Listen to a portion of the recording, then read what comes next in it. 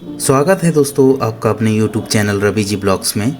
दोस्तों आज के वीडियो में हम बात करने जा रहे हैं नर्मदापुरम ज़िले में स्थित पचमढ़ी, जो कि एक हिल स्टेशन है, उसके बारे में।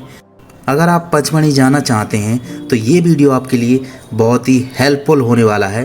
तो अगर आप चैनल को सब्सक्राइब नहीं किए हैं तो चैनल को सब्सक्राइब कर लीजिए, साथ ही साथ बेल आइकन ज़रूर दबाइए, क्योंकि ऐसे ही वीडियो मैं आपके लिए बनाता रहता हूँ। दोस्तों इस वीडियो में हम जानेंगे कि पचमढ़ी कैसे पहुंचा जाए और वहां रुकने की व्यवस्था क्या होगी, खाना की व्यवस्था क्या होगी, कहां घूमा जाए, कैसे घूमा जाए, क्या स्कूटी रेंट लेके घूमा जाए या फिर वहां के लोकल जिप्सी वगैरह हायर करके घूमा जाए, और लास्ट में बजट की बात करेंगे कि कुल बजट पर पर्सन कितना आ सकता है। तो ज़्यादा समय ना गवाते हुए वीडियो को करते हैं स्टार्ट। सबसे पहले बात करते हैं कि पचमढ़ी पहुंचा कैसे जाए। अगर आप बाय ट्रेन आना चाहते हैं तो सबसे निकटतम रेलवे स्टेशन पिपरिया होगा, जो कि पचमढ़ी से सिर्फ 54 किलोमीटर की दूरी पर स्थित है। पिपरिया से पचमढ़ी पहुंचने के लिए आपको अनेकों साधन मिल जाएंगे।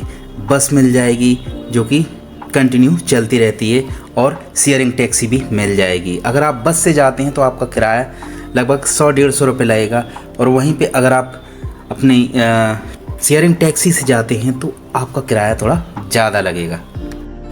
अगर आप वायु मार्ग से आते हैं तो पचमढ़ी से निकटतम हवाई अड्डा भोपाल का है, जो कि पचमढ़ी से 204 किलोमीटर की दूरी पर स्थित है, और यहाँ से नियमित बसें चलती रहती हैं जो कि आपको डायरेक्ट पचमढ़ी पहुँचा देंगी। अगर आप अपनी गाड़ी से भी आना चाहते हैं तो आराम से आ सकते हैं, कोई भी दिक्कत नहीं होने वाली, क्योंकि यहाँ के रोड बहुत ही अच्छे हैं।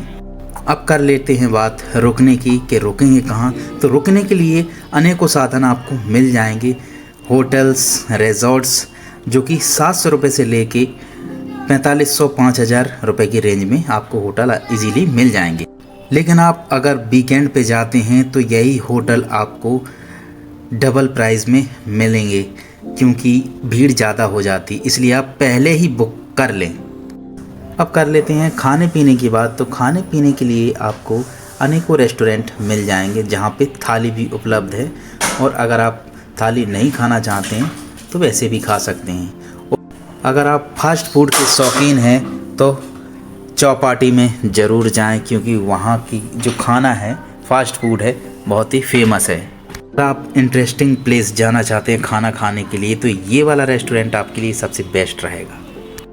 अब कर लेते हैं बात कि घूमें कहाँ पे। तो घूमने के लिए सबसे पहले तो आप अगर स्कूटी रेंट पे लेना चाहते हैं या बाइक रेंट पे लेना चाहते हैं तो जगह जगह आपको स्कूटी और बाइक रेंट पे इजीली मिल जाएगी, जो कि 500-600 रुपये में पर डे के हिसाब से मिल जाएगी, बशर्ते आपको पेट्रोल अलग से ही डलवाना पड़ेगा। और अगर आप स्कूटी हायर करते हैं या फिर बाइक हायर करती हैं तो उसकी वीडियो पहले ही बना लें कि टूट वूट नहीं है, जिससे आपको बाद में दिक्कत ना हो। तो आप स्कूटी और बाइक से कुछ लिमिटेड जगह ही घूमने जा सकते हैं, क्योंकि यहाँ पे घूमने के लिए पर्ची की ज़रूरत पड़ती है, परमिट की ज़रूरत पड़ती है, जो कि आपको बाइसन लॉज से मिलेगा। अगर आप अपनी गाड़ी से गए हैं तो बाइसन लॉज में पार्किंग की सुविधा उपलब्ध है, जो कि 30 रुपये में आप अपनी गाड़ी पार्क कर सकते हैं। उसके बाद आपको लाइन में लगना पड़ेगा, वहाँ से आपको परमिट मिलेगा घूमने के लिए, जो कि आपको जिप्सी भी हायर करनी पड़ेगी वहाँ पे। तो टोटल कॉस्ट जिप्सी का और परमिट का और गाइड का 3200 रुपये आपको लगेगा। फिर आप चॉइस होती है, जितने भी पॉइंट हैं आप चॉइस कर सकते हैं कि हमें यहाँ गाड़ी से घूमना है, जिप्सी से घूमना है, तो आप इजीली जिप्सी से घूम सकते हैं। बाकी पॉइंट आप अपनी गाड़ी से भी घूम सकते हैं या स्कूटी रेंट पे लिए उससे घूम सकते हैं। सबसे पहले आपको जाना है पांडव केव्स, पांडव गुफा, जो कि पचमढ़ी से 3 किलोमीटर की दूरी पर स्थित है। महाभारत काल की माने जाने वाली 5 गुफाएं यहाँ हैं, जिनमें द्रौपदी कोठरी और भीम कोठरी प्रमुख हैं। पुरातात्विक मान्यताएं माने तो ये गुफाएं गुप्त काल की हैं, जिन्हें बौद्ध भिक्षुओं ने बनाया है। पांडव केव घूमने के बाद हमें जाना है दूसरे पॉइंट पे, जो कि है बी फॉल। बी फॉल का दूसरा नाम जमुना प्रपात भी है। यह नगर से 3 किलोमीटर की दूरी पर स्थित है और ये पिकनिक मनाने के लिए सबसे बेस्ट, सबसे उत्तम स्थान है।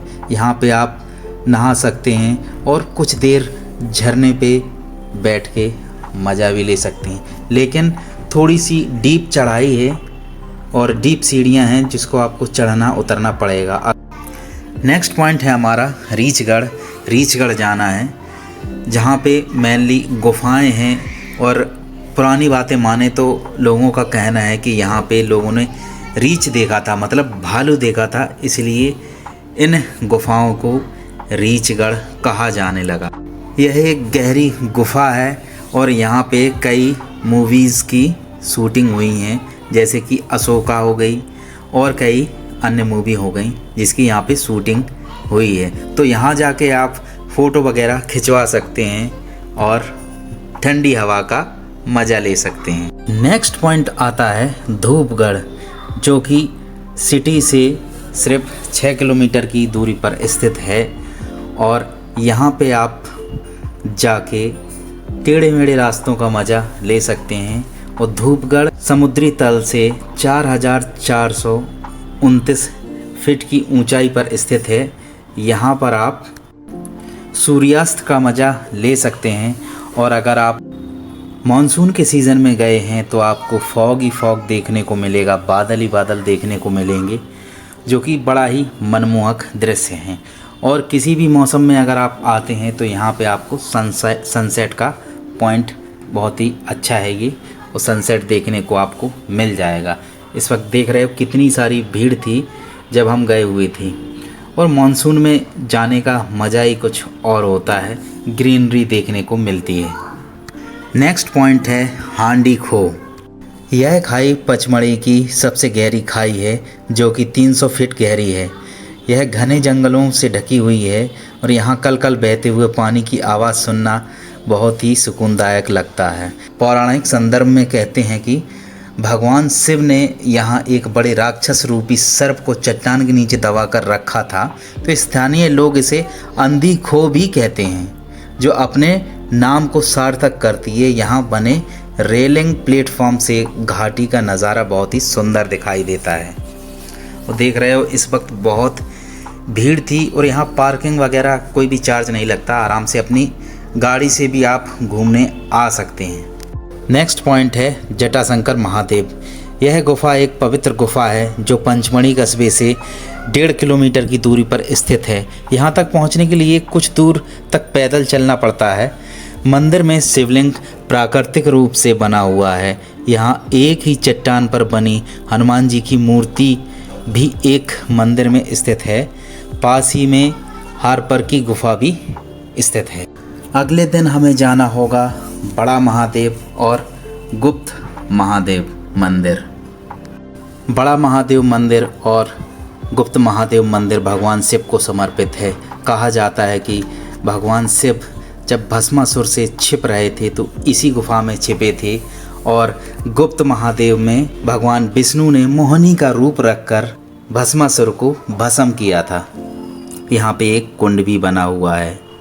बड़ा महादेव के सामने ही आपको थोड़ा सा ट्रैक करके जाना होगा चौरागढ़ मंदिर। चौरागढ़ मंदिर एक ऊंचे पहाड़ पर स्थित है। यह मंदिर भगवान शिव जी को समर्पित है। चौरागढ़ मंदिर 1326 मीटर की ऊंची पहाड़ी पर स्थित है और इस मंदिर तक पहुंचने के लिए आपको 1300 सीढ़ी चढ़नी पड़ती हैं, जिसमें आपको 3 से 4 घंटे उतरने चढ़ने का समय लग जाता है। यहाँ की मान्यता है आपकी मन्नत पूरी होती है तो यहाँ पे त्रिशूल चढ़ाना पड़ता है।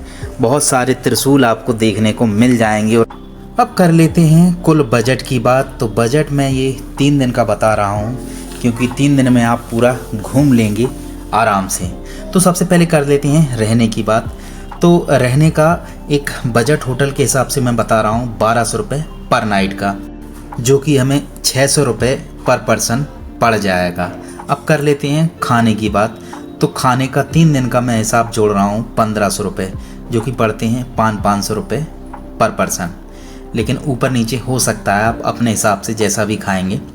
अब कर लेते हैं घूमने की बात। अगर आप जिप्सी हायर करेंगे तो पड़ेगा 3200 रुपये, आप 2 लोग हैं तो उतना ही पड़ेगा, और 4 लोग हैं उतना ही पड़ेगा, 6 लोग हैं उतना ही पड़ेगा। अगर आप शेयरिंग करते हैं किसी के साथ तो आपको 550 रुपये पर पर्सन पड़ जाएगा। अगर आप स्कूटी रेंट पे लेते हैं तो 500 रुपये या 600 रुपये पर डे के हिसाब से, मैं 500 जोड़ रहा हूँ, 500 रुपये पर डे के हिसाब से आप 3 दिन अगर स्कूटी लेते हैं तो 1500 उसका चार्ज हो गया। अब टोटल खर्चा आप अंडर 5000 में आप पूरा आप घूम लेंगे। दोस्तों यह वीडियो अगर आपको अच्छा लगे तो चैनल को ज़रूर सब्सक्राइब करिए और ज़्यादा से ज़्यादा शेयर करिए। मिलते हैं नेक्स्ट वीडियो में, तब तक के लिए जय हिंद।